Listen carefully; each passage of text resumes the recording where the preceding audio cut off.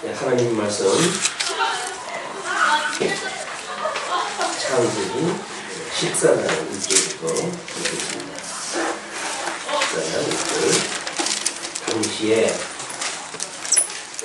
시날왕 아므라벨과 엘라사왕 아리옥과 엘람왕 그돌라오멜과 고임왕 기달이 소돔왕 베라와 고모로왕 비르사와 아드마왕 시납과 스보임왕 세메벨과 엘라 곧 소알왕과 싸우니라. 이들이 다 시딘 골짜기 곧 지금 여매에 모였더라. 이들이 12년 동안 그돌라오멜을 섬기다가 제13년에 배반한지라. 제14년에 그돌라오멜과 그의 동맹한 왕들이 나와서 아스드롯 가르나임에서 르바 족속을, 한에서 수수 족속을, 사외 기다리타임에서 엠 족속을 치고 호리 족속을 그 산 세일에서 쳐서 광야 근방 엘바람까지 이르렀으며 그들이 돌이켜 엠미스와 가데스에 이르러 아멜렉 족속의 온 땅과 하사손 다말에 사는 아모리 족속을 친지라. 소돔왕과 고모라 왕과 아마드 왕과 스보임 왕과 엘라 곧 소알 왕이 나와서 시딘 골짜기에서 그들과 접전하였으니 곧 그 다섯왕이 엘라망 그돌라오멜과 고임왕 디달과 시날왕 아므라벨과 엘라사월 왕 아리옥 네 왕과 교전하였더라. 9절까지 먼저 보았습니다. 우리 주보에 목차를 소개해 드린 대로 12장서부터 14장까지가 가나안 땅 언약으로 좀 되어져 있습니다. 그 위에 12장서부터 20장까지는 아브라함과 열국 언약에 대한 내용이에요. 그러니까는 하나님께서 이제 그 열족의 양대 언약을 수립해 가시는 그 내용을 지금 우리가 확인하다 해가고 있는 겁니다. 그래서 창세기 12장서부터 출애굽까지, 창세기 12장서부터 출애굽기 18장까지가 하나님 나라예요. 하나님 나라 언약에 대한 거를 지금 살펴보고 있는 거거든요. 왜냐하면 출애굽기 19장서부터는 신명기까지 이게 하나님의 의에 대한 이야기입니다. 그래서 이게 모세 오경으로 우리가 나뉘어져 있지만은 모세 오경은 한 권의 책이에요. 그래서 출애굽기, 레위기, 민수기, 신명기 그 앞에 전부 접속사적인 접로 연결되어 있습니다. 그래서 창세기가 끝나고 뭐 출애굽기를 따로 쓴 것이 아니라 쭉 그냥 한 권의 책을 썼는데 편의상 이걸 이렇게 구분해서 한 건데, 신학적으로 보았을 때 우리 칼빈이 모세 오경을 주석을 하면서 창세기의 내용은 나름대로 무엇인가 사건 중심으로 되어져 있는데 출애굽기서부터 신명기까지는 대부분 율법에 대한 이야기였단 말이에요.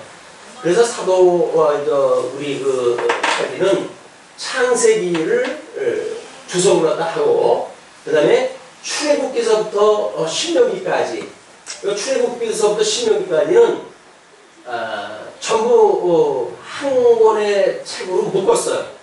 그래서 나름대로 주제별로 해가지고 주석을 해나간 겁니다. 왜냐면 뭐 출애굽기의 내용이나 레위기의 내용이나 전부 율법과 규례에 대한 이야기들이거든요. 그리고 이제 민수기에 뭐 출발을 하지만 여전히 그 내용이나 신명기에서 재교육하는 내용이나 전부 하나님의 율법에 관한 그 이야기들이란 말이에요. 근데 이거를 어떻게 순서로 논리로 풀기에는 나름대로 뭔가 이제 좀 어려움이 있었던 거죠. 그러니까 율법에 관해 가지고 기록되어져 있는 건 다 묶어가지고 한 권의 주석으로 다루는 겁니다. 주제별로 뭐 이렇게 설명을 하고, 그 이야기는 어떻게 보게 되면 뭐 우리는 이제 이 창세기 36장까지인가요? 언약자손의 성취로 보고 그 다음에 이게 그 땅 언약 성취라고 하는 그런 그 내용으로 우리 가나안 땅 들어가가지고 여호수아 사사기 이렇게 봤던 그 내용들 이게 언약자손이라고 보기에는 물론 그 뭐 다 이게 하나님의 의의를 언약자손인데 주는 거니까 의미를 갖다 붙이게 되면 그게 되지요. 그래서 대분할까 할 때에 어떻게 어디까지가 36장까지가 언약이고 그 이유가 자손 언약 성취라고 보는 그것도 무리가 있는 거예요. 이게. 그래서 우리는 나름대로 이제 어떤 통전적으로 성경을 봤을 때 칼빈의 어떤 주석의 의도라든지 이런 걸 미뤄보았을 때 이것이 무엇인가 하나의 의미를 가지고 있겠다. 그러면 어떤 의미와 어떤 의미로 대분되어져 있는가 이것이 관건인 것 같아요. 그래서 우리는 이 모세오경을 우리 창세기 12장서부터 18장까지는 선민국가입니다. 선민국가의 그 하나님 나라에 대한 언약으로 보았고 그 다음에 좀 율법이라든가 뭐 규례에 준하는 것들은 하나님의 의에 대한 부분으로 나눠놨어요. 그러니까는 상당히 어떤 물론 칼빈이 절대적인 건 아니지만 그 해석에 그럴 수밖에 없었던 거를 나름대로 통전적으로 성경을 보면서 그만한 어떤 그 이유를 우리가 확인할까 했다 이렇게 보여집니다. 그래서 지금 이런 하나님의 의를 이루어가는 이제 하나님의 이 나라를 이루어가는 장면이 지금 이제 열조에게 양대 언약을 수립하는 것으로 지금 소개가 되어져 있단 말이에요. 그래서 양대 언약을 수립을 하시고 양대 언약 여기서 여기까지는 이 하나님의 나라와 하나님의 의는 양대 언약인데 그 양대 언약 가운데 이게 하나님의 나라 부분 그리고 출애굽기 19장부터 10장까지는 양대 언약 가운데 하나님의 의의 부분으로 이렇게 세 분을 갖다 해서 지금 나가게 되어진다. 이렇게 이해를 갖다 하시고 성경의 줄거리를 이렇게 연결하다 하셔야 될 것 같아요. 그 중에 12장서부터 이제 그 14장까지가 양쪽 가로 1번으로 해가지고 소개가 된 내용인데 거기에 12장은 땅언약과 보호라고 하는 내용으로 확인했다 했고 13장은 아브라함과 롯의 결별 사건을 이제 공부를 하다 했어요. 근데 오늘 14장에 들어가니까 멜기세덱이라고는 이제 새로운 인물이 등장하게 됩니다. 멜기세덱. 그러면 이 멜기세덱이라고 하는 인물은 우리가 신학적으로 해가지고는 11조라고 하는 데에 상당히 방점이 지키는 어떤 그런 그 인물로 이해를 하고 있어요. 그리고 이제 히브리서 기자가 이야기하듯이 이 멜기세덱의 반차를 따라가지고 우리 예수님이 이런 제사직을 감당했다라고 하는 내용을 보아가지고 신학적으로 중요한 그런 주제가 있습니다. 그런데 그것이 어떤 통전적으로 어떤 역할이 소개가 되지 않으면 11조를 설명하기 위해서 멜기세덱을 끌어들이거나 또는 이제 우리 아론의 지파를 따라가지고 오신 예수님이 아니라 멜기세덱의 반차를 따라서 왔다라고 이야기를 또 하면서 소개되어지는 이 멜기세덱 이제 그런 그 멜기세덱이 이제 아버지도 없고 이런 그 내용도 쭉 나온단 말이에요. 그러면 이 멜기세덱이 어떤 아버지도 나타나지 아니하고 그냥 여기에서 이제 한분 나타나는 거예요. 이 나타내는 이 인물이 족보가 없기 때문에 하늘에서 떨어진 사람이냐? 그건 아니란 말이에요. 이 이야기는 하나님 나라를 지금 이야기를 해가는데 하나님께서 열국이라고 하는 이 열국을 이야기할 때에 하나님께서 선민국가와 그 다음에 이 열국의 관계 이거를 지금 배경을 놓고 설명을 해가시는 거거든요. 그렇기 때문에 지금 이 롯의 어떤 그런 구출 사건이 이제 소개가 되어지는 것도 하나님께서 열국을 만들어 가시기 위해서는 롯이 거기서 없어지면 안 돼요.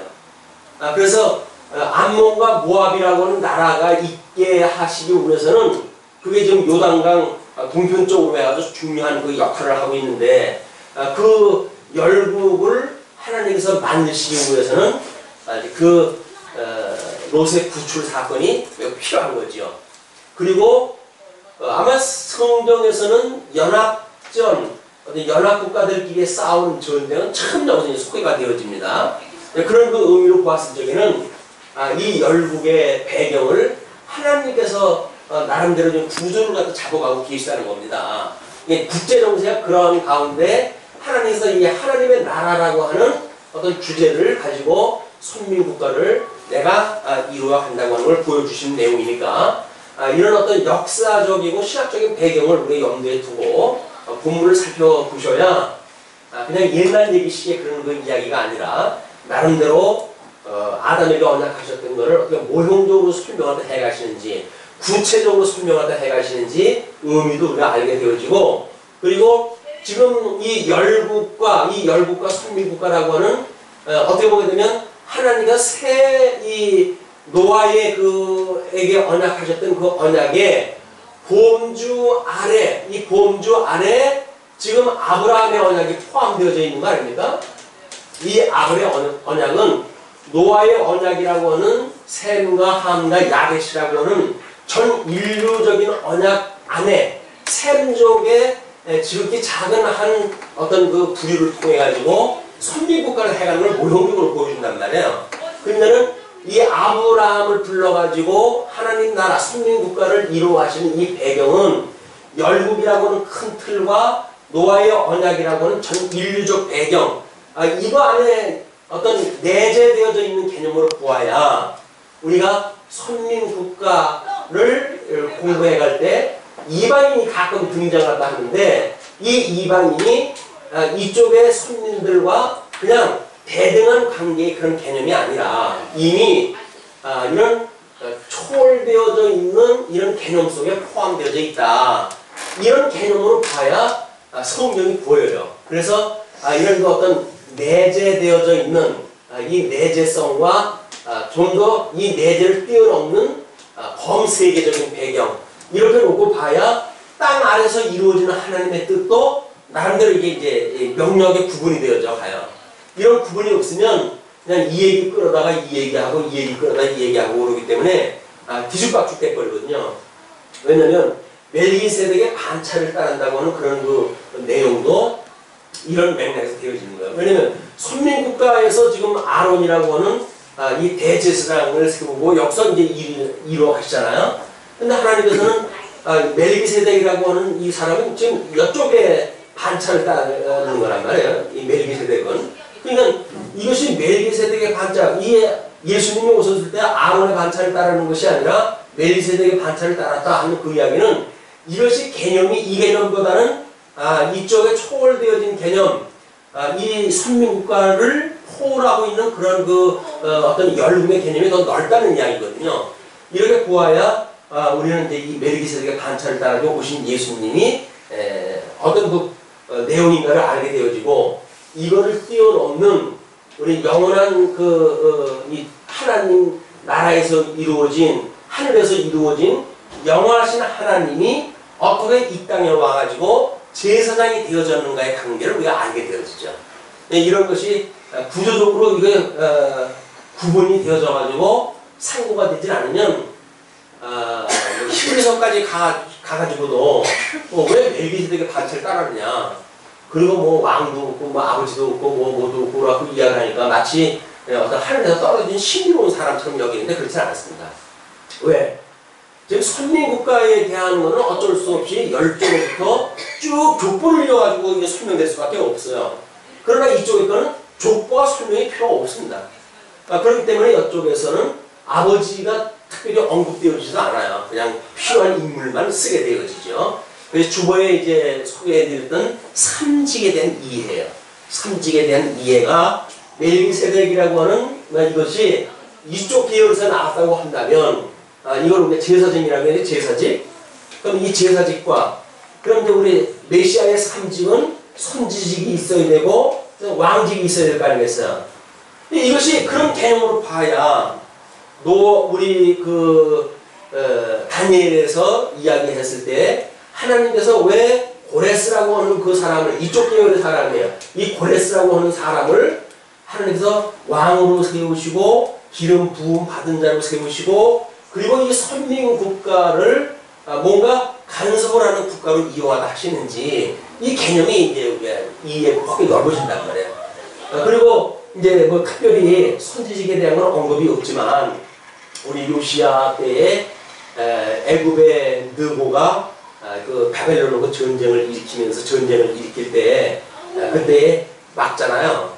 올라가지 마라. 뭐 이렇게 막을 때 하나님께서 이 명령한 거다. 그러니까 네가 이제 이 하나님의 어떤 일을 막는다고 한다면 해를 입을 것이라고 하는 예언을 하고 그대로 해가지고 전사의 사건이 이제 벌어지거든요. 여기서 느고라고 하는 애굽의 왕이라든가 이런 하나님의 뜻을 미리 듣고 행하는 사람들이에요.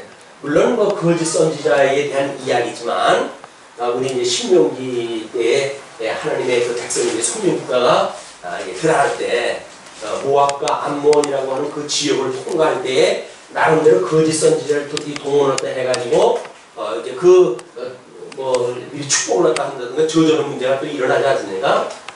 이것이 요한계시록의 배경도 그 선지자, 그 거짓 선지자가 어떻게 이 하나님의 백성들을 왜곡시켰는지에 대한 예화로 등장을 한단 말이야. 그렇기 때문에 우리는 지금 아브라함을 비롯해가지고 아브라함 열조로부터 시작되어지는 선민국가에 대한 이 내용을 하지만 이 내용은 이미 노아의 언약이라고 하는 전 우주적 배경, 이 민족적 배경 가운데 지금 소개가 되어지고 있다. 이렇게 이해가 확실히 돼요. 밑그림입니다. 밑그림. 이 밑그림 위에 지금 이 주인공이 되어지는 선민국가 모형적인 역사를 섭렵하신단 말이에요. 네, 그렇게 이해가 하시고 본문을 한번 살펴보시죠. 그 1절서부터 11절까지가 왕들의 전쟁이거든요. 이 왕들의 전쟁 드라마 제목 같지만 이때 이제 처음 그 연합국의 왕들끼리 연합을 갖다 해서 전쟁이 일어나는 일인데 14장의 1절에 주어가 끝나는 것이 고이망 디다리가 끝나요. 그냥 14장 1절에 나와져 있는 한 팀이 연합군이고 2장에서 소개되어지고 있는 것이 또 한 팀이에요. 그냥 한 팀은 가나안 땅의 북부 지역이고 한 팀은 가나안 땅 남부에 있는 팀이에요. 이제 그런 그 연합국이에요. 그래서 가나안 땅 북부 사람들이나 남부의 연합군들이 연합국끼리의 전쟁이 벌어졌다. 이렇게 이해를 하시면 되겠고, 거기에 일일이 어떤 왕이 장소가 어디고 이렇게 하는 건 매우 본문을 이해하는데 어려움을 주게 되어집니다.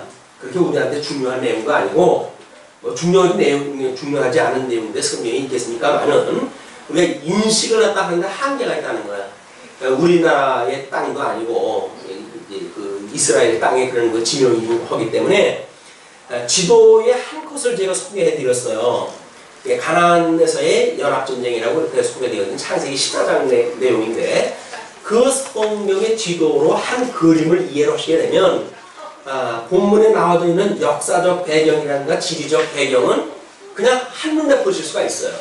어디에 어떤 장소, 어떤 왕, 이렇게 복잡하게 보시는 것보다는 하나의 그림을 가지고 연합국이 이 가나안 땅 북부에 있는 연합국과 남부에 있는 연합국과의 전쟁이었었구나. 이렇게 보시게 되면 쉽게 생각을 해갈 수가 있을 것 같습니다. 그래서 그 지도에서 보시게 되면 오른쪽에 파란 선 있는 쪽 그쪽이 지금 남방으로 쳐들어가는 그런 선이에요. 그래서 그 작은 화살표가 뿔뿔이 흩어지는 이제 그 사람들에 대한 그림이고 이렇게 봤을 때 이들이 지금 이제 염해까지 모여져 있는 거 아니에요. 이미 여기 위에 저쪽 북부에서 시작을 해가지고 남부 지방에 있는 연합국을 치고 또 맨 아래에 있는 연합국 소돔과 고모라에 있는 거기까지 와가지고 지금 그들이 멈춰져 있는 모습을 지금 소개를 하는 겁니다. 그래서 이들이 다 시핀 골짜기 곧 지금 여매에 모였더라. 근데 그 이유를 이렇게 설명을 합니다. 이들이 12년 동안 그돌라오멜을 섬기다가 그돌라오멜이라고 한다면 지금 14장 1절에 소개되어져 있는 왕이죠. 그렇다고 한다면 북부의 왕이에요. 가나안 북부 지방에 있는 그 왕을 섬기던 가나안 땅의 사람들이 그 13년 만에 배반한다 했어요. 7년 동안 이제 계속 거기다가 뭐 이제 조공을 바치고 이렇게 되어졌단 말이에요. 그럼 우리는 아브라함이 갈대아 우르를 떠나가지고 지금 이 가나안 땅을 거쳐가지고 애굽에까지 내려갔다가 올라오는 그런 여정의 속도가 되어지고 있잖아요. 그러면 아브라함이 애굽에서 많은 재산을 얻기 전까지는 뭔가 보호가 필요했을 거예요. 그때 하나님께서 나름대로 이 북부지방과 남부지방의 어떤 연합국, 조공을 바치는 관계로 평안이 유지되어지는 왕래가 뭐 좀 여유롭게 되도록 하나님은 이미 전부 이 자리를 깔아놓은 걸 우리가 알 수가 있죠. 만약에 이 아브라함이 갈대아 우르에서 가나안 땅으로 들어갈 때 이런 전쟁이 일어났다고 한다면 이 가나안 땅 밟기도 전에 이 난리가 났을 거 아니겠습니까? 그런데 하나님께서는 그때는 연합국끼리 조공을 바쳐가지고 평화의 시대를 주었고 그때에 지금 이 아브라함은 그 길을 통해가지고 가나안 땅까지 왔고 가나안 땅에서 가뭄을 피해가지고 애굽까지 내려갔다가 다시 지금 올라오고 있는 소돔과 고모라에서 지금 그 자기 조카에게 땅을 뭐 있을 것을 거처를 주고 자기는 북부로 지금 이동을 하고 있는 거 아니겠어요? 네, 이렇게 그림을 갖다 그려야 돼요.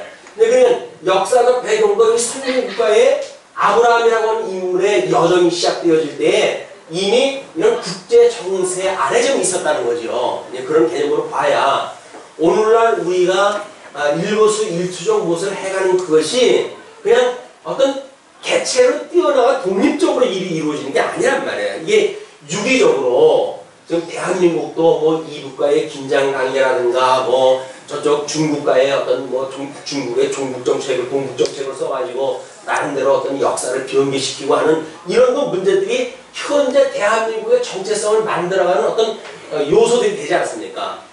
일본이 뭐 대한민국을 침공해가지고 식민 정책을 썼다든가 이런 거 개념도 마찬가지죠. 근데 이런 거는 하나님의 섭리라고 하는 맥락으로 봤을 적에는 나름대로 긍정적으로 볼 수가 있어요. 왜냐하면 하나님은 무엇인가 복음을 이 땅에 좀 뿌리를 받고 그리고 이거를 동방 이 아시아계에 복음을 증거하는 기점으로 지금 대한민국을 삼았다는 거 아닙니까?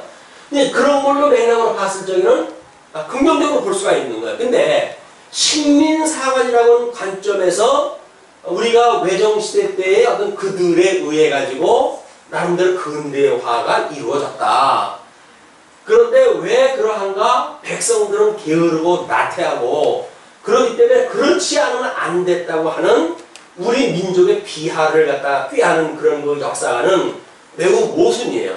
왜냐하면 만약에 그런 외정시대를 통해 가지고 나름대로 우리나라의 근대화를 끌어냈다고 한다면 우리 백성들의 어떤 삶도 어떤 긍정적으로 평가가 되어야 된다. 우리나라 민족에 대한 건 부정적으로 이야기를 하고 일본국의 어떤 그런 이 식민정책이라든가 근대화를 끌어들인 그것만 긍정적으로 이야기한다는 것은 기독교 역사관에서 있을 수가 없어요. 하나님은 빛과 어둠을 일반으로 여기시는 분인데 어떤 거는 긍정적인 거고 어떤 건 부정적일 수가 없잖아요. 하나님의 섭리라고 하는 맥락에서 보게 되면 다 하나님의 뜻대로 이루어진 겁니다. 근데 이제 먼저 우리 그 문 후보께서 그 강연의 내용을 보게 되면 우리 이제 이 보수주의적인 신학자들이 오해하는 어떤 역사관의 오해가 그거예요. 선악이라고 하는 걸 따로 띄워놓고 어떤 긍정적인 것, 세속적으로 봤을 때 긍정적인 건 하나님의 뜻이고 그리고 세속적으로 봤을 때 부정적인 거는 이건 하나님의 뜻이 아니다. 이렇게 보기 때문에 이 원론이 이제 이게 만들어지는 겁니다. 역사 해석에 있어서. 그냥 지금 이 성경적인 역사관을 우리가 제대로 이해를 하게 되면 세간에서 논의되어지는 어떤 그런 데에 함몰될 수가 없어요. 왜? 다 부분적인 걸 가지고 시비를 갖다 가리기 때문에 이 기독교 역사관이라고 하는 건 어떤 한쪽에 그렇게 함몰되지 않습니다. 그걸 뛰어넘는 그런 거 역사관이기 때문에 그러니까는 어떤 그런 식민사상이 어떤 우리 식민적 그런 역사관이라고 하는 그 맥락이 왜 그들은 그걸 식민적 그런 그 관점이라고 강조를 하는가. 아니면 또 반대쪽에 있는 분들은 왜 반대쪽으로 보는가라고 하는 그거를 우리 하나님이 섭리하시는 이런 역사관을 가지고 그걸 보아야 어떤 한쪽 논리에 빠지지 않는단 말이에요. 이 세계 속에 어떠한 논리든지 전부 상대적인 거 아닙니까? 그냥 상대적인 걸 우리가 편을 드는 순간 우리는 반쪽짜리가 되고 말아요. 우리는 그걸 내재적으로 초월되어져 있는 신관을 가지고 있고 역사관을 이해하고 있는데 어떤 한쪽에 함몰된다고 하는 것은 너무 우리가 초래적 버리고 말잖아요. 그래 해 아래 역사를 보는 사람들하고 편을 들어가지고 네 편 내 편 가릴 수는 없잖아요. 이것이 우리가 그들이 보는 세속적 역사관을 초월하고 있는 기독교 역사관이다. 이렇게 보셔야 우리는 뭐 그렇게 말을 하는 사람은 그렇게 말을 하지요. 자기 나름대로 논리가 있으니까. 그런데 반대쪽에 이야기를 하는 사람은 또 나름대로 논리가 있어요. 반대쪽에 그 논리가. 그렇다고 해서 어떤 거 수용하기 위해서 다른 쪽 그 논리를 무시할 수는 없잖아요. 내재적으로 초월한다는 그 개념은 그 사람도 다 포괄할 수 있는 개념이 우리가 가지고 있는 복음의 그릇이다. 이렇게 봐야 우리 하나님의 절대적인 어떤 주권적 섭리, 이 주권적 역사를 섭리하신 하나님의 모든 역사는 긍정성을 가지고 있다. 그는 신학적으로 봐야 보이는 거예요. 세상의 논리를 보게 되면 아니 일본이 자기가 일본 나라에서 입장에서 보게 되면 자기 나라처럼 다른 나라가 어디 있겠어요. 그러나 아시아 일대의 모든 나라가 그 일본 때문에 참 수탈을 당하고 그랬는데 근데도 불구하고 지금 그들이 하는 행태를 갖다 보게 되면 그렇게 뻣뻣할 수가 없어요. 지고만장하고 이것이 그들이 보는 한계입니다. 그들이 보는 한계. 그는 하나님께서 언젠가는 다른 시험의 대상으로 멸망의 대상으로 놓았기 때문에 그게 가는 거예요. 복음도 거기 자리를 갖다 피지 못하는 것이 왜 그러한가. 이 어떤 복음을 가지고 그들의 역사를 초월하고 있는 역사를 설명할 수 있는 방법이 없는 거예요. 그러니까 자국의 어떤 그런 작은 틀 가지고 역사를 해석을 하고 그것이 옳다고 주장한다 하니까 세계에서 어떤 외톨이 신세가 되어지는 것도 그런 맥락에서 지금 만들어지는 일이다. 물론 힘센 것이 모든 그 정당화가 되어지는 어떤 그런 세계지만 이런 것이 어떤 역사적인 근거를 가지고 사관을 이해하는가 매우 중요한 거죠. 자, 한 12년 동안 지금 이렇게 조공을 바치다가 13년에 배업을 갖다 했어요. 왜 우리가 너희들한테 맨날 이렇게 먹거리를 갖다 제공하고 그래야 되냐 이런 시비거리가 생길 수 있는 거겠죠. 그렇게 하니까는 제14년에 그돌라 오멜과 그와 동맹한 왕들이 나와서 그냥 14장 1절에 연합되어져 있는 그 왕들이 나와서 아스드롯 가르나임에서 르바 족속을 치고 함에서 수수 족속을 치고 그 다음에 사회 기다라임에서 엠 족속을 쳤어요. 그리고 호리 족속을 그 산 세일에서 쳤어요. 자 이렇게 쳐가지고 이제 4개 연합국을 치고 광야 근방 엘바람까지 이르렀는데 그들이 돌이켜 엠미스바 곧 가데스에 이르러 아멜렉 족속의 온 땅과 하사손 아마에 사는 아모리 족속을 친지라. 소돔 왕과 고모라 왕과 아드마 왕과 스보임 왕과 벨라 곧 소알 왕이 나와서 시딤 골짜기에서 그들과 접전하였다. 그 근처에는 다니면 외부로부터 지금 적이 쳐들어오니까 가까이 있는 사람들은 뭉쳐야 산다고 생각이 들지요. 그게 소위 세계 속에서 보는 힘의 원리입니다. 힘의 원리. 어떤 뭉치면 산다. 그 이야기거든요. 그래서 뭉치면 산다고 하는 것이 우리 대한민국을 초대 왕으로 해가지고 이승만 대통령이 뭉치면 살고 이루어지면 죽습니다. 이렇게 해서 한강 이하로 자기만 도망가버리고 백성들은 한강 이북에다 그냥 남겨놓고 흩어지면 죽는다고 하는 사람이 그 짓을 하고 있어요. 입으로 하는 정치들이다. 그분도 예수 믿는 사람이었어요. 예수 믿고 나름대로 신앙생활도 하는 사람인데 그가 보고 있는 어떤 그 신관, 역사관 이거는 나약하게 짝이 없는 겁니다. 그러니까 이런 열매를 맺는 거예요.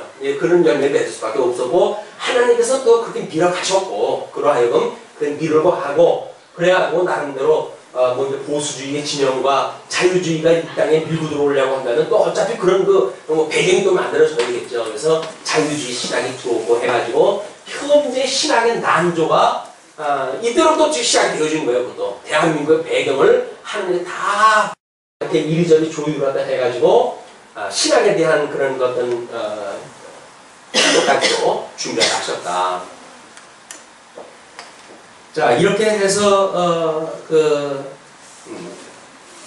그들과 접전해가지고 곧 그 다섯왕이 엘람왕, 그돌라오멜과 고임왕, 디달과 신할왕, 아무라벨과 엘라살왕, 아리옥 네 왕과 교전하였더라. 북부왕과 남부연합군하고 북부연합군하고 지금 교전을 한 거예요. 피차 이제 전쟁이 일어난 거죠. 그런데 시딤 골짜기에는 역청부동이가 많은지라 소돔왕과 고모라 왕이 달아날 때에 군사가 거기 빠지고 그 나머지는 산으로 도망하며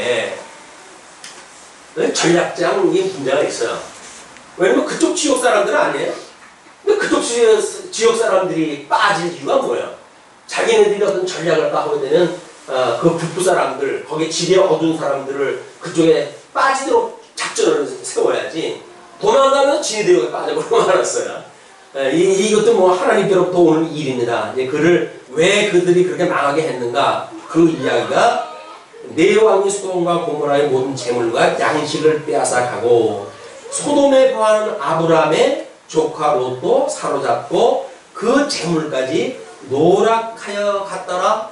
그러니까 소돔과 고모라의 이게 에덴 동산과 같고 이게 정말 애굽의 그 놀라운 땅과 같다라고 해가지고 차지했던 소돔과 고모라 땅 아닙니까? 그 땅이 결국은 북부 연합군에 의해가지고 침략을 당하고 그들 재물이 노략질 당할 때 조카 롯은 함께 포로로 끌려갔어요. 재물과 모으고 함께 이제 갔어요. 거기서 만약에 재물만 노력을 해갔다고 한다면 아브라함이 굳이 전쟁도 안 했을 거예요. 근데 재물까지 다 가져갔으니까 어차피 이 선민 국가를 에워싼 이 열방이라고 하는 건 이제 이 이스라엘 백성들을 에워싸고 이들을 교육시키는 몽둥이로 하나님께서 이를 쓰셔야 되는 건데, 그래서 이 모압, 암몬이라고 하는 두 나라를 준비하시기 위해서 하나님께서는 이 롯으로 하여금 북부 연합군에 의해 가지고 포로로 끌려가게 만들어요. 그게 파란 줄로 표시되어져 있는 거예요.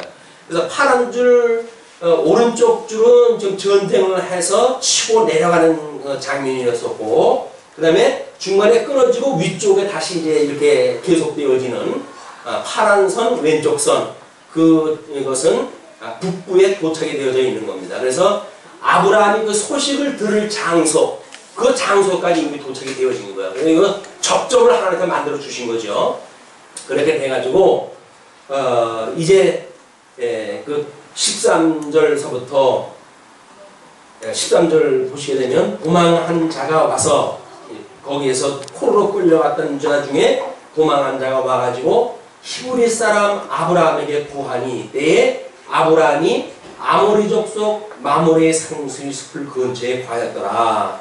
마므레는 에스올의 형제요 또 아넬의 형제라. 이들은 아브라함과 동명한 자더라.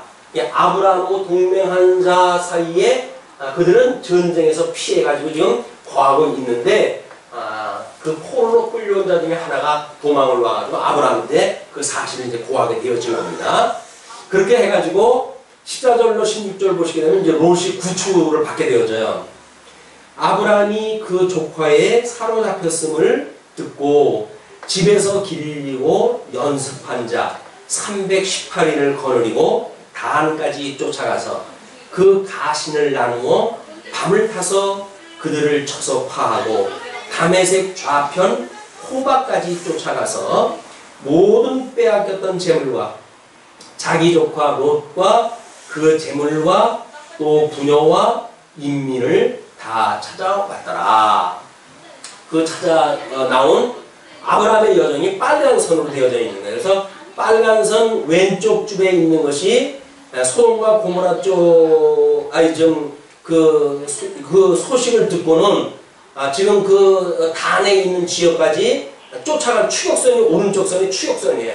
북부에 노력한 데까지 쫓아 올라갔어요. 그래가지고 거기서 되찾아가지고 내려온 선이 빨간 선 왼쪽 선입니다. 그래가지고 다시 헤브론 지역으로 돌아오는 거예요. 자, 이렇게 되어지니까 이들이 이제 돌아오면 이제 모술을 갖다 구출하다 하게 되어졌는데, 이때 그 과정 중에 17절부터 20절에 멜기세덱의 축복과 11조의 사건이 개입이 되어져요. 이것이 신학적으로 어떤 의미를 부여하게 되어지는지 하나님께서 미리 다 지금 이 자리 배치를 다 해 가시는 겁니다. 선민국가가 열국에 에워싸여져 가지고 하나님께서 이 아브라함으로 하여금 복의 근원이 된다고 그러지 않았어요? 이게 복의 근원이 된다. 그러니까 너에게 복을 비는 자에게 내가 복을 주겠고, 너를 저주하는 자에게는 저주를 갖다 할 거야. 이렇게 약속을 갖다 한 대로 애굽에 내려가가지고 자기 아내를 팔아먹은데도 불구하고 하나님께서 이 복의 근원이 되도록 아브라함을 갖다 만들어 놓으셨으니까 어떻게 하겠어요? 애굽의 왕이 복을 빌고 그걸 갖다 보내주잖아요. 만약에 이 아브라함을 저주하게 되면 그 사람 저주받다가 다 나라가 망할 것인데, 하나님께서 복의 근원인 아브라함으로 하여금 복을 받고 축복하에 그 애굽을 출발을 해야 된단 말이에요. 우리 복의 근원이 하나님이라고 그러잖아요. 하나님으로부터 복이 되시는 예수 그리스도가 오셨어요. 이 복이 칠복을 통해 가지고 소개되어지는 내용이에요. 이런 자가 복이 있다는 그 이야기거든요. 그 내용을 이제 공부하게 되면 어떻게 우리가 이 구약 성경에서 또는 신학적으로 어떻게 이해를 해야 될 것인지 구체적으로 보여주지만, 모든 이 본래의 근본 복을 갖다 가지신 분, 아담에게 이미 복을 갖다 언약을 하신 분, 이분은 하나님이기 때문에 하나님께서 아담에게 복을 주었듯이 둘째 아담이신 예수 그리스도를 복 있는 자로 이 땅에 보내주셔가지고 우리가 저주 안에 죽어져 있던 자, 복을 상실했던 자, 이런 자들 중에 하나님께서 예정한 자를 불러내가지고 이 복에 참여하게 하시는 거예요. 그러니까 우리가 예수님으로 말미암아 거듭나고 중생되어진 어떤 이 교회라고 한다면, 이 교회는 복 있는 사람들의 모임이에요. 복이 있는데도 불구하고 날마다 이게 우리가 불행하다고 그러니까 하나님께서 답답하죠. 어떻게 해야 내가 너를 복이 있는 건지를 아냐. 복을 우리가 아무리 지천에 있어도 그 복으로 감지가 안 되어지니까, 이게 하나님의 은혜로 말미암는 일이기 때문에 우리가 은혜를 구해야 됩니다. 은혜를 구하게 되어지게 되면 이렇게 전 우주적 배경 속에서 신학교도 마찬가지죠. 지금 셈의 시대를 지금 우리가 이제 맞이하고 있지만, 그런 가운데 그 수많은 인류 가운데 어떻게 우리가 이 복음을 듣고 복 있는 자에 우리가 합해져 있는가? 이건 너무 어마어마한 사건 아닙니까? 이 이스라엘과 열방국가, 이 구약에서 일어나는 배경만 놔도 이런데, 영적으로 해가지고 지금 우리가 이 복 있는 예수 그리스도와 한 몸이 되어져 있다는 이야기는, 그의 신부가 되어졌다는 이야기는 우리의 삶의 방향과 삶의 목적과 삶의 가치와 삶의 의미와 이런 것들이 그걸로 전부 말미암는 거란 말이에요. 왜 신앙생활이 이렇게 맹맹하고 재미가 없을까요? 그 이야기는 이 복이 뭔지 모르는 거야, 지금 우리가. 우리 하나님께서 우리한테 복을 세속적인 복 정도로 이해를 하니까, 아이고, 그저 옆집에 비해가지고 고깃국과 이 판만 먹을 수 있으면 되지. 라고 하는 어떤 먹거리에 연연하거나, 부기, 영화, 그런 이런 거예요. 건강. 이것이 우리 조상들이 늘 베개에 미치고 어디고 늘 가지고 있던 겁니다, 이게. 한문자로 해가지고 복복자 쓰고, 또는 건강한 이 강자 같은 거 써가지고 복을 기원하고, 이 세속적인 복에 우리가 함몰되어져 있으니까 신령한 복이 어떤지 모른단 말이에요. 거듭나고 중생했다고 되어 있지만, 우리가 이 세속적인 복에 연연해가지고 이거를 얻을지언정 이거는 별로 가치를 여기지 않는다. 그건 우리가 깜짝 놀랄 일입니다. 잠 깨어져 일어날 일이야. 내가 뭔 일이야 지금. 이걸 우리 예수님께서 이걸 다 이미 하나님과 동등된 그런 그 부유하심을 버리고 이 땅에 나가시셨는데, 그래가지고 여기서 죄 노릇하고 있는 우리를 불러내셨는데, 여전히 마귀가 흔들고 있는 것에 우리가 여기다가 그냥 뭐 삐죽 저기다 삐죽 한다고 하는 그 이야기는 구원받은 사람의 그런 그 어떤 처신이 아니란 말이에요. 예수 그리스도로 말미암아 구원받았다는 이야기는 이 세속적인 이런 것들이 우리의 가치가 아니라는 겁니다. 그렇다고 해서 재물이 필요 없다든지 우리가 어떤 종기 받는 거를 갖다 필요 없다든지 또는 우리가 어떤 뭐 정치에 영향력이 있는 걸 필요 없다든지 그런 개념이 아니에요. 하나님께서 필요하시게 되면 그걸 주시겠지요. 그래서 세속적인 그런 걸 통해 가지고 우리 하나님을 섬기는 도구로 주신단 말이에요. 이게 목적이 아니라 수단이란 말이에요. 하나님을 깨달아가는 수단이지 이게 목적이 아니란 말이에요. 근데 우리는 여기다 올인을 갖다 해버리니까 이게 목적이 돼버리니까 여기다가 자리를 피고 여기다 초막셋을 짓고 주님 여기서 우리가 함께 삽시다. 아 주님이 여기서 살 거면 못하고 내려오셔요. 그냥 창조한 거 다 쓸어버려가지고 그냥 그냥 끌고 올라가시면 돼버리지. 근데 왜 주님이 내려오셨는가? 이것이 아니라고 하는 걸 보여주는 거예요 우리한테. 이게 아니다. 이게 너희의 삶의 근본 목적이 아니야. 너희들이 철저하게 쏘고 있는 거야 사단한테. 그러니 내가 너희를 이거로부터 여기 죽어들어가서 종로로 타던 너희를 불러냈으니 이에는 참 복이신 나와 더불어 너희 사는 것이 진정한 행복이란다. 이걸 알려준다는 거예요. 그래도 우리는 근데 기왕이면 이것도 좀 주면 안 돼요 하나님? 참 그래요. 하나님 이거 뭐 우리가 다 믿어요 주님. 근데 이것도 주면 안 되겠어요? 근데 겸하여 섬길 수가 없는 거예요. 겸하여 섬길 수가 없어요. 이 재물과 하나님은 겸하여 섬길 수가 없는 거예요. 왜? 하나님께서 이 우상을 이 재물이 탐심이고 이 탐심이 우상숭이 아니에요. 그러니까 결국 뭡니까? 우리가 이 땅에서 재물을 갖다 구한다는 이야기는 하나님보다 재물을 구한다는 거예요. 그러니까 우상을 더 우리가 필요로 하다는 이야기예요. 그 지금 선민국가를 통해서 하나님께서 그 역사를 이제 구체적으로 모형적으로 이렇게 신령한 모습으로 보여주면 모르니까 육적인 모습으로 그림자적인 모습으로 우리한테 속옷다는 것처럼 이제 보여주실 거예요. 그러니까 구약 성경을 통해 가지고 이런 신학적인 감각, 영적인 감각을 충분히 숙지하고 넘어가야 됩니다. 그냥 옛날 얘기만 읽고 지나가기는 안 돼요. 신학적인 의미를 충분히 이해해서 해가지고 그럴 수밖에 없구나 라는 한계도 우리가 이게 발견을 캐내고 그러므로 신령한 의미가 무엇인가를 좀 더 돈독하게 하는 이런 시간이 되어졌으면 좋겠습니다. 자, 이렇게 됐을 때 그 14절에서부터 지금 16절까지 롯의 구출 사건이 소개된 거죠. 예. 그래가지고 17절서부터 20절까지 멜기세덱의 축복과 11조가 소개되는데 아브라함이 그돌라오멜과 그와 함께 왕들을 파하고 대단한 그 실력자였어요. 왜 대단한 실력자일까요? 하나님께서 이미 그 자손이 번창할 걸 약속을 했거든요. 그러니까 무자한 상태에서 지금 아브라함은 지금 그 신하들을 데리고 전쟁에 나간 겁니다. 아브라함이 죽어지면 하나님의 모든 언약은 다 깨져버리고 말아요. 그러니까 하나님께서 아브라함은 어떻게든지 이삭을 낳을 때까지 붙들어 주실 거예요 이제.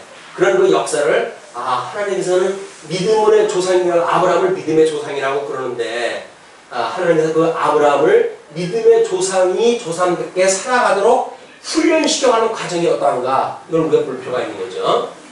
그래서 지금 그 왕들을 파하고 돌아올 때 소돔왕이 사회 골짜기 곧 왕복에 나와 그를 영접하였고 살레망 멜기세덱이 떡과 포도주를 가지고 나왔으니 그는 지극히 높으신 하나님의 제사장이었더라. 하나님의 제사장이래요. 물론 여기서 고레스를 말할 적에도 하나님이 세우신 기름 부음 받은 자라고 이사야는 그렇게 소개했다 했고 다니엘서에서는 이사야에서 그 언약한 대로 고레스에 의해 가지고 이제 그 코로 귀한 영이 이제 칙령이 내려오고 그러죠. 자 이렇게 되어져 가지고 살레망 멜기세덱의 그를 영접하였고 제사장이었는데 그가 아브라함에게 축복하여 가로되 천지의 주제시요 지극히 높으신 하나님이여 아브라함에게 복을 주옵소서. 복을 빌었어요. 이 멜기세덱이 지금 아브라함에 대하여 하나님께 복을 빈 거예요. 또 우리는 멜기세덱 사건을 통해 가지고 하나님 앞에 11조를 내게 되면 이렇게 아브라함처럼 복을 받는다 이야기를 하지만 지금 이 창세기에 소개되어지는 그 내용을 보게 되면 아브라함이 전쟁에 참가를 해가지고 많은 노력을 가지고 좀 오고 있는 거예요. 그런 가운데 멜기세덱을 만났고 멜기세덱이 하나님 앞에 축복을 한 겁니다. 그러니까 지금 목사님들이 뭔가 많이 바치면 하나님께서 이렇게 복을 준다고 하는 개념은 지금 반대입니다. 이걸 가지고 11조를 이야기하면 안 돼요. 그렇기 때문에. 그래서 지금 멜기세덱에 의해 가지고 하나님께 복을 빌어요. 복을 주옵소서. 너희 대적을 내 손에 붙이신 지극히 높으신 하나님을 찬송할지로다. 살로망이 이 멜기세덱이 갔을 때에 이미 아브라함의 이 하나님이 연합국손에서 너를 건져냈다고 하는 걸 본 거예요. 그거를. 그렇기 때문에 찬송하다 할지로다 하며 아브라함이 그 얻은 것에서 10분의 1을 멜기세덱에게 주었더라. 그래서 10의 한 명에다 거기서 준 거야. 이때 10의 하나를 준 것은 그때 당시에 그냥 문화적 배경 속에서 있는 일들이에요.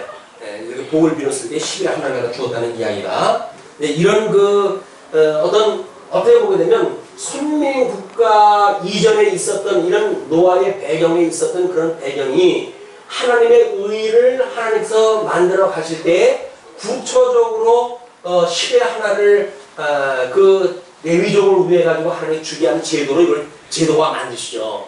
그 제도화가 되어지면은 이렇게 멜기세덱의 반차, 선민국가를 포괄하고 있는 그런 개념에서 만들어진 거다.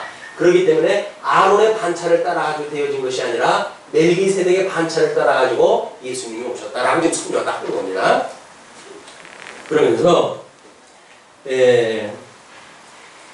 그 소돔왕이 아브라함에게 이르되 사람은 내게 보내고 물품은 내가 취하라. 아브라함이 소돔왕에게 이르되 천지의 주 되시오 지극히 높으신 하나님 여호와께 내가 손을 들어 맹세하노니 내 말이 내가 아브라함으로 치국해 하였다 할까 하여 내게 속한 것은 물론 한 실이나 신들매라도 내가 취하지 아니하리라. 오직 소년들의 먹은 것과 나의 동행한 아넬과 에스홀과 마므레의 분깃을 제할지니래 그들의 그 분깃을 취할 것이니라. 이는 축복을 갖다 빌고 소돔왕이 모든 재산을 가지고 백성들만 나한테 돌려라 라고 이야기하다 하니까 아니다. 그렇게 되면 너로 인해 가지고 내가 복을 받았다고 하는 오해를 받게 되어지니까 이제 나하고 이렇게 함께 싸움에 참여했던 사람들의 몫을 타고 그리고 내가 이제 함께 전쟁에 참가했던 군인들이 먹을 식량하고 그것만을 제하고는 내가 받을 이유가 없다. 이렇게 이야기를 한단 말이야. 아니 자기 아내를 팔아가지고 애굽에서 부자가 됐던 아브라함인데 그가 돈이 싫어가지고 그랬을까요? 하나님께서 아브라함한테 멜기세덱과의 관계 속에서 복의 근원이신 하나님이 나에게 복을 주셨고 복을 빌었던 멜기세덱에 의해 가지고 내가 복을 받는 것이 아니라 하나님께로부터 복을 받았기 때문에 멜기세덱이 나한테 복을 빌었다고 하는 걸 지금 강조하다 하는 거예요. 우리도 끊임없이 신앙생활 해갈 때 우리는 하나님께로 만나가지고 복 있는 자가 됐어요. 복 있는 예수부터 연합되어서 복 있는 자가 됐어요. 그래서 우리가 축복을 갖다 함께 해줘요. 그럼 축복을 하기 때문에 복을 받는 것이 아니라 우리는 복을 받은 자이기 때문에 이 증인으로서 축복을 해주는 거예요. 내가 복을 받았으니까. 복을 받지 않았으면 다른 사람 복을 갖다 빌어줄 수가 없습니다. 왜? 어떻게든지 나보다 잘 되면 안 되잖아요. 나보다 더 복 받으면 안 되잖아요. 그러니까 할 수만 있으면 우리 복을 안 빌어줘요. 하나님 앞에서 할 수만 있으면 내 복 나한테 주세요. 이렇게 이야기한단 말이에요. 그거는 이미 교회 안에 우리가 사는 성도라고 하지만 세속적인 이런 어떤 복의 개념을 가지고 살아가는 거다. 세속의 복이라고 하는 그거는 나누어지면 없어지는 것들이에요. 근데 하나님의 복은 나누어지게 되면 나누어지는 것만큼 오히려 더 부하게 되어지는 겁니다. 그게 연죽보의 원리란 말이에요. 연죽보. 이 버림으로 해가지고 어떤 그 보탬을 받아가지고 평등을 이루게 되어지는 지체의 관계가 이루어지기 때문에 여기서 내 거라고 해가지고 감싸 안고만 있다는 그런 그 이야기는 하나님께서 하시는 경제 원리가 모르는 거예요. 중매 몸된 교회의 연보의 원리가 뭡니까? 이거라니까요. 연보의 원리는 연주보의 원리예요. 많이 유효한 자가 많이 거림으로 해가지고 그 유효치 못한 자들이 보탬을 받아가지고 이 진리를 지키고 전승하는 이 일을 갖다 함께 할 수 있는 거 아닙니까? 이 연주보의 그런 그 원리가 예수 그리스도가 낮아지심으로 해가지고 죽어져 있던 우리들이 높아질 수 있는 일을 갖다 하게 하시는 복음의 원리란 말이에요. 이게 복음이에요. 이건 연주보라고는 단순한 어떤 경제 활동이 아니라 우리의 복음의 생활이에요. 우리가 정말 복음을 믿는 자로서 증인으로 삶인가 라고 하는 것은 이런 경제의 원리로 작동되어진다. 주님의 몸된 교회의 성도들처럼 이렇게 살아가는 건 만만치가 않습니다. 그렇지만 하나님도 우리한테 이 원리를 깨닫게 하시고 주님께서 이걸 이루어가셨으니까 하나님과 동등됨을 취하지 아니하시고 사람의 종의 형체를 들어가지고 이 땅에 낮아지신 모습으로 오셨단 말이에요. 그것이 낮은 우리로 하여금 부욕해 하시기 위한 하나님의 섭리라고 하는 걸 깨달았던 성도들로 하여금 주님이 그러신 분이로구나. 그렇다고 한다면 지금도 여전히 우리로 하여금 이런 사역을 해 가시겠구나 라고 하는 믿음을 가지고 우리 살아가는 것을 믿음의 행위라고 이야기하는 겁니다.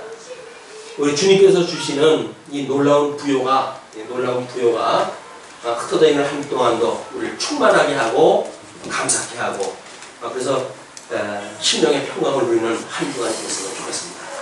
기도하시죠.